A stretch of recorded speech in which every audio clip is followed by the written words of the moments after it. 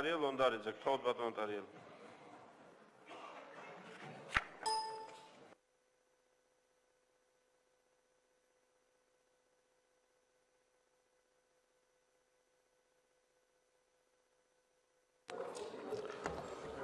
მოგესალმებით ბატონო პრეზიდენტო, ბატონო თავმჯდომარე, მოწვეულო სტუმრებო, პატივცემულო კოლეგებო.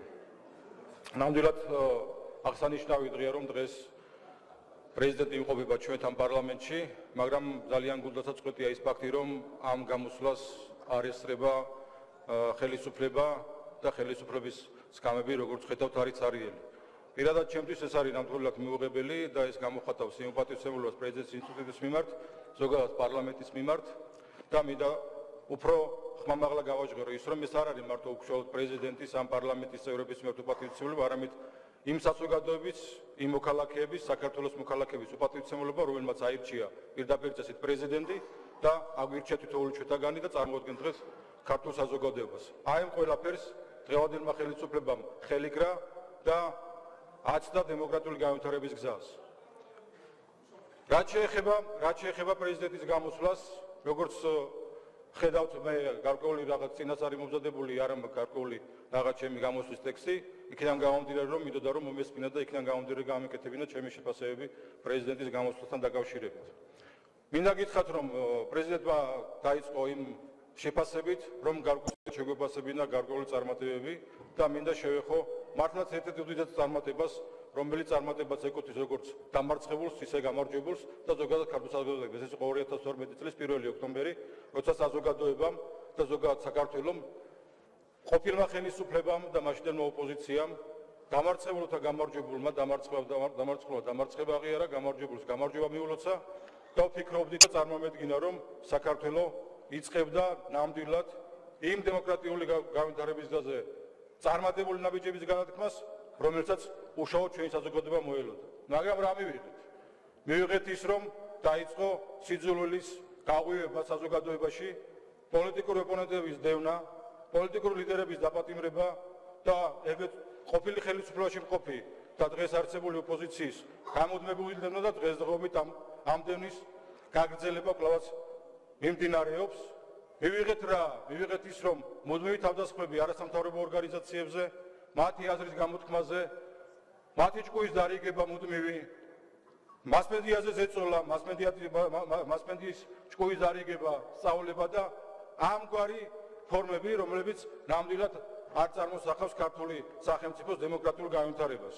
მე ვფიქრობდი, რომ პრეზიდენტის გამოსვლაში უფრო მკვეთრი იქნებოდა ამ მმართველობაზე თავისი აქცენტები, რა თქმა უნდა პრეზიდენტი ამ პრობლემებსაც შეეხო, მაგრამ ველოდი უფრო მეტ კრიტიკას ხელისუფლების, იმისათვის რომ ხელისუფლებამ უარი თქვას ამ ტიპის პროცესებზე, რათა აღნიშნული პროცესები ნამდვილად ხელშეუხლოს საქართველოს დემოკრატიულ განვითარებას. საქართველოს მთავარი მონაპოვარი, რომელსაც ჩვენ დღეს 31 მარტს, როცა რეფერენდუმი ჩატარდა იმ დროს და ამ რეფერენდუმში მიიღო ფართო საზოგადოებამ მონაწილეობა სრულიად საქართველოს, აირჩია დემოკრატიული განვითარება და კიდევ ერთხელ 2012 წლის 1 ოქტომბერი იყო ზუსტად ის წარმატებული ნაბიჯი, როცა ყოფილმა ხელისუფლებამ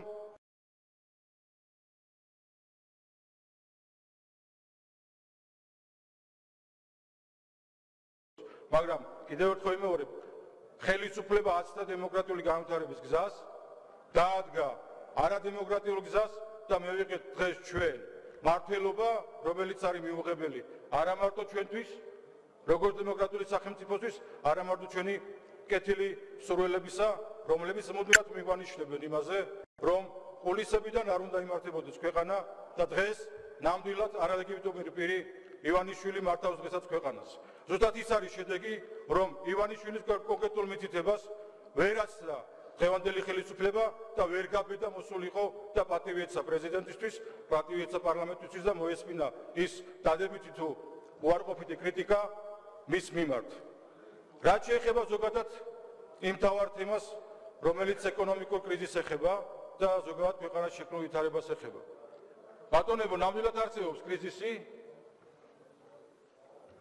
ეს კრიზისი იყო ნიშანი იმისა, როცა ჩვენ პირველად მიმართეთ ოპოზიციამ პრეზიდენტს და მოვითხოვეთ ეკონომიკური დებატები და კრიზისთან დაკავშირებული დებატები, მაგრამ პრეზიდენტმა მიიღო თავისი გადაწყვეტილება მაშინ არ დაგვრთახდა და მის მთავრობას რომ აღნიშნულ საკითხზე ჩამოეყალიბა თავისი მწყობრი გეგმა და წარმოედგინა მისთვის და ამის შემდეგ მოხდებოდა შესაბამისი გადაწყვეტილების მიღება. მივიღეთ რა მოხდა ის რომ მომდევნო ეტაპზე როცა პრეზიდენტმა მიიღო გადაწყვეტილება შექმნილ ვითარებიდან გამომდინარე ხელისუფლება და არა მარტო ხელისუფლება ბატონო თქვენს უმრავლესობამ უარი თქვით მობრძანებული ყავით აი ამ შენობაში და გვევსჯელა იმ კრიზისზე რომელიც ზოგადად ჩვენს ასუხებს.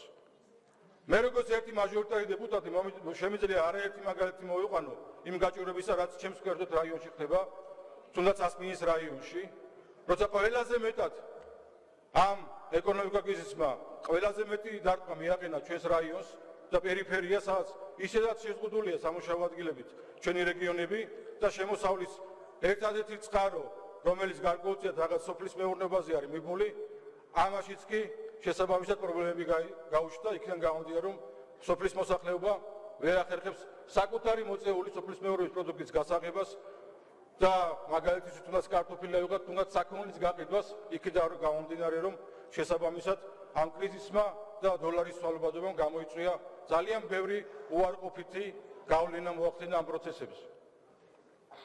კრიზისი ნამდვილად არსებობს, მაგრამ აღმაშფოთებელია ის ფაქტი, როცა ეკონომიკური გუნდი, მთავრობა, როცა მიმდინარეობს განხილვა და ამ განხილვის დროს არც კი სურს რომ აღიაროს რომ არსებობს თუნდაც გარკვეული პრობლემები ეკონომიკაში და ფინანსებში ხადური აკეთებს განცხადებას რომ არ არსებობს კრიზისი და რადგან არ არსებობს კრიზისი არ არსებობს გეგმა. ზუსტად პრობლემა ის არის ბატონებო რომ ამ ხელისუფლებას არ გააჩნია კრიზისიდან გამოსვლის გეგმა.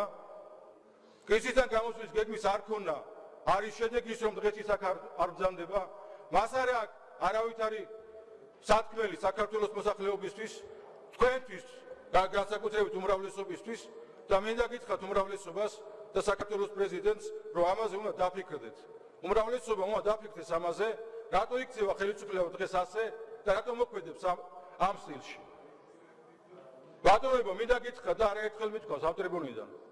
ნუ დაელოდებით იმ დროს, რომ ჩვენი მოსახლეობა სიღარიბეს ზღვარც მიყვამყოფი რომელიც ყოველდღურად ღარიბდება მართლა მოვა ფიცლებით და ნამგლებით და თითოეულ შეტაკას გაგვიყვავს ამ პარლამენტიდან თუ კი თითოეულ შეტაკანი არ დაფიქრდები და იმ ხელისუფლებას სწორჩევას და დარიგებას არ მივცემ და პირველ რიგში თქვენ უმრავლესობა და რა თქმა უნდა ქვეყნის პრეზიდენტი მაგრამ ჩვენ ღებულობთ რას ღებულობთ ერთ რამეს და მუდმივ იგნორირებას ოპოზიციური აზრის ექსპერტების აზრის და თვით პრეზიდენტის დამოკიდებულებისა კონკრეტულად არსებულ ვითარებაზე.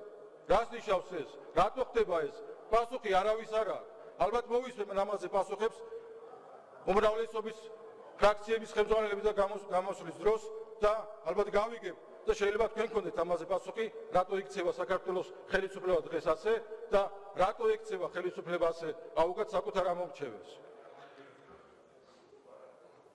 რაც შეეხება თავდაცვის სფეროს და უსაფრთხოებას.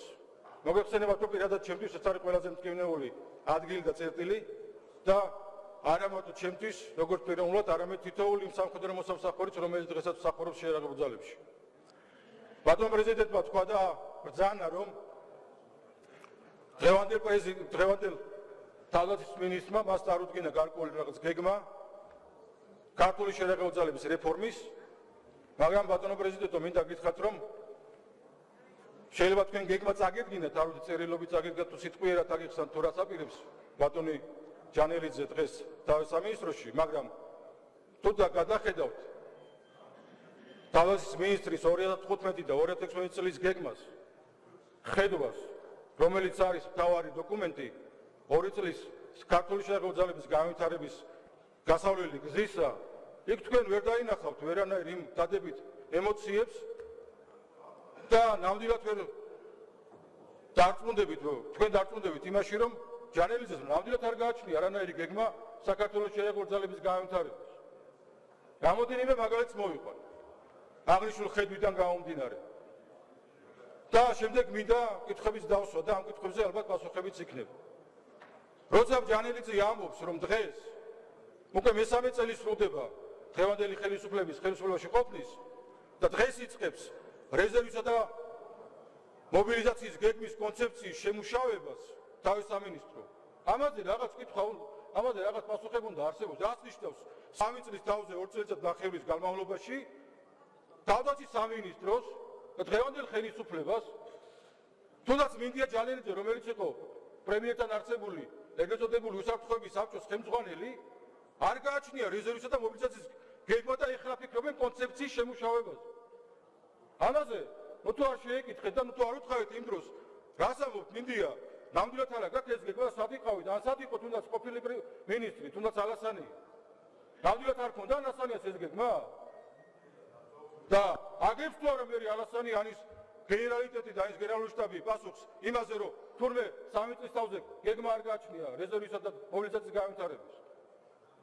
შემდეგ ეთქვით, რას ნიშნავს ის, რომ გადაიხედება არტილერიის ან გადაიხედება ეგრეთ წოდებული თავდაცვის, საჰაერო თავდაცვის, ჯავშან-საწინააღმდეგო გეგმები გადაიხედება რაღაცასთან შეფარდებით. რას ნიშნავს? მესამე წელია ხელისუფლებაში არიან ეს ხალხი. და ნუ თუ 3 წლის თავზე არ აქვს ჯერ გეგმა, თუ როგორ დაიცვას საქართველოს საკუთარი საჰაერო სივრცე.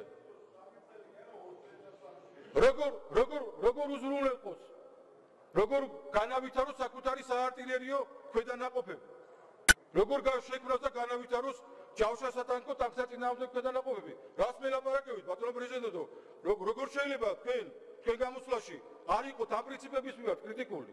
თქვენ ხო უმაღლეს თავმჯდომარეს ბრძანდებით არა ამ ქვეყნის. თქვენ მოგიწევთ განაწყვეტილებას და პასუხისმგებლობის აღება, როცა საქართველოში განახდება კონფლიქტი. და მე გვიანი იქნება, როცა მოიკითხავთ, რომ არის თუ არა ეს გეგმა, არის თუ არა ეს ქვედანაყოფი, არის თუ არა შერახებული ძალები. ამ გამოწვევებზე პასუხისმგებლობის 2008 წელს არწევდა გეგმა და იმ გეგმის თანახმად დღეს არწევს ეს სახელმწიფო, რომ იცოდეთ.